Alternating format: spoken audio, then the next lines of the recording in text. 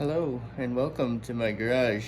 Today we're going to be installing a new garage door opener.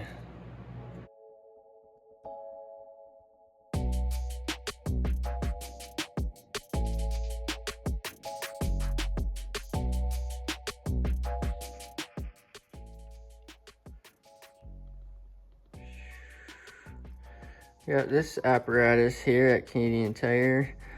They're on clearance right now for $99, this model. So I started putting it together. It's actually a compact little unit. It's got some weight to it though. And I started taking down the old one.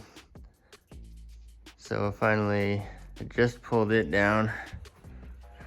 I might keep the rail and chain, but the motors seem to be binding up. It never worked right. I figure for 99 bucks, might as well. It'd be nice to have a working garage door opener. So I pre-assembled the tracks. They just slide together. They're sort of like a tubular multi-piece. You put them together sort of like Lego. So I put those together and put the sprocket on and put the bolts in here. And I figured out how to lay out the chain. I think that I got that on there right. So I've got it assembled into the motor and track, and I'm sort of getting ready to put it up there. I did put up a bracket just above where the old one was on a 2x6 there. You can see how the tubes just go together to make the track. Pretty simple. Yeah, we're just going through the guide here. I put a 2x6 up here like it says. It says that use at least a 2x4. And now we're just getting ready to put this up here. So I'm gonna see if I can get this old bracket out of the way, and I'm gonna try to mount the new one sort of on the front side instead of hanging off the bottom. I might see how high I can tuck it up. Hopefully I can get it out of the way to use this beam, get more usage out of this beam here. And I might want to make this chain fall like portable, make it roll on the beam. So I got some ideas for that. I already got this beam trolley from Beaver. I have to put it together, and I actually got a I-beam, so hopefully I can use the trolley and the chain fall. But that's gonna be a project for another day. Yeah, there's the bracket I put in with 2 lag bolts, and I just put this locking pin in here. Stood it up from on a ladder, so I'm standing on a ladder. Totally not sketchy. So yeah, I got the apparatus just standing up. I'm gonna mount this end first, just like the instructions says. Okay, there it is. I got it mounted on the old bracket on this end for now. But that's just temporary to hold it there, just to hold this end up. So I had that end up first, and then I just grabbed this end and walked up the ladder with it. And I just put a couple bolts in the old bracket for now, because that's gonna help me hold it in position while I make up the new brackets on the front side of the beam. Okay, so I've just finished putting up the drawbar there, and I've got it set up to the second longest position because I have a little bit of height here between the top of the door and the garage door opener track. I decided to use the new track, but I'm gonna keep the old track because I think it's compatible with the same chain setup. And this one has like a plastic trolley here slider, and I'm not too sure about that being plastic, so I'm gonna keep the old track and the old setup just in case. I think this new motor will fit the old track. And I set up the hangers that came with the new motor, with the new opener there. And I got rid of the old hangers, and I put the new bracket on top of the door that came with the new opener, because the old one was bent a little bit. My garage door spring on the top was quite tight, so it was a little bit hard going down, and it wouldn't actually go down all the way before the motor would stop. So I loosened off the spring carefully, about 1 revolution, and now it seems to go all the way up and down. But before that, I had to install the sensors. There's sensors that goes on either side of the door. These sensors just clip to my existing rail, so that's good enough for me. And I put them above the old ones for now, and yeah, it's fine for now. You have a blue light if it's working properly, so that's good. We got a blue light on there.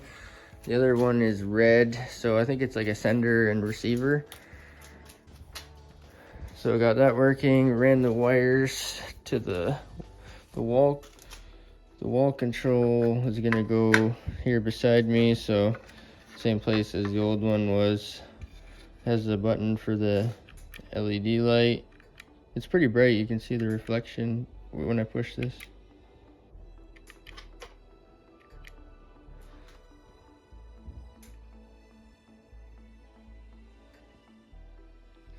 And there's 2 wires to this, and apparently it doesn't matter, which is amazing to me. There's no polarity or anything, but it just knows somehow when you hook up the wires. So it doesn't matter which way they go according to the manual. And you have to run the door all the way up and down according to the manual by hand. There's a button, you have to hold down the set button on there and then run it up and then set and then run it down. And then now I've done that.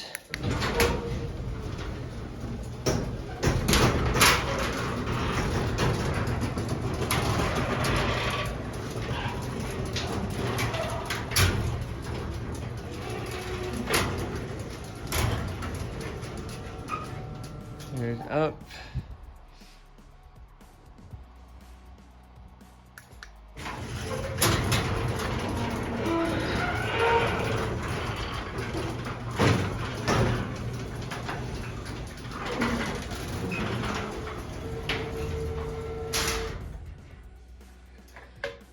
And that's down. So seems to be going all the way up and down. So it seems better now with the spring backed off.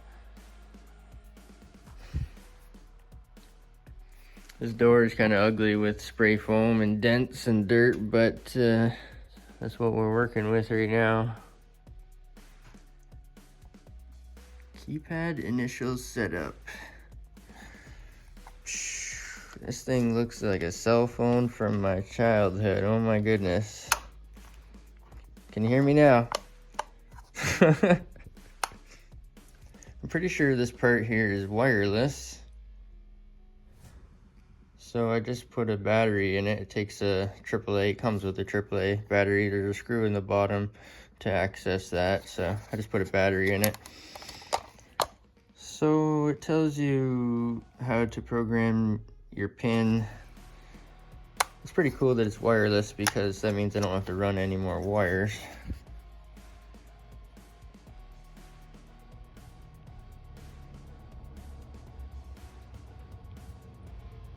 Okay, let's see if it works.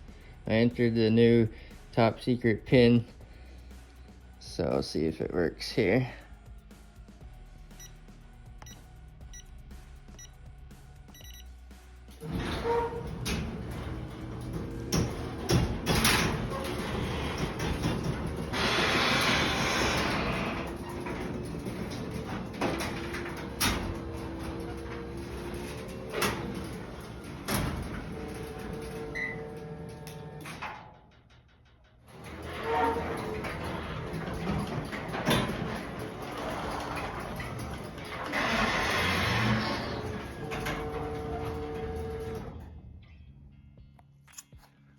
Okay, so I got this thing working.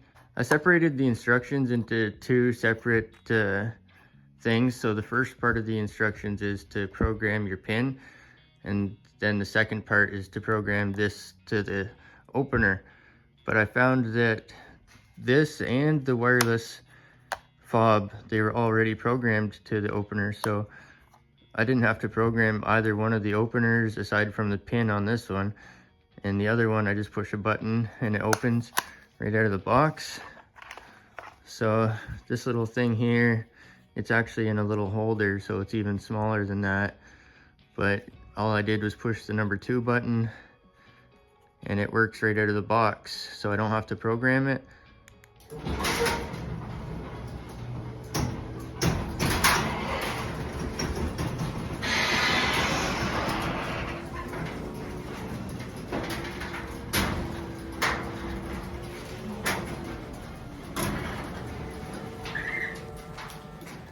I still have to tidy up these wires. I just slung them over there for now. But I got everything working. I had to loosen off this spring, the door spring, because it was fighting it going down. I'm gonna type in my secret passcode here and we're gonna run this one this time. It lights up and beeps when you're using it, so you know if you miss any buttons or anything, you can hear it.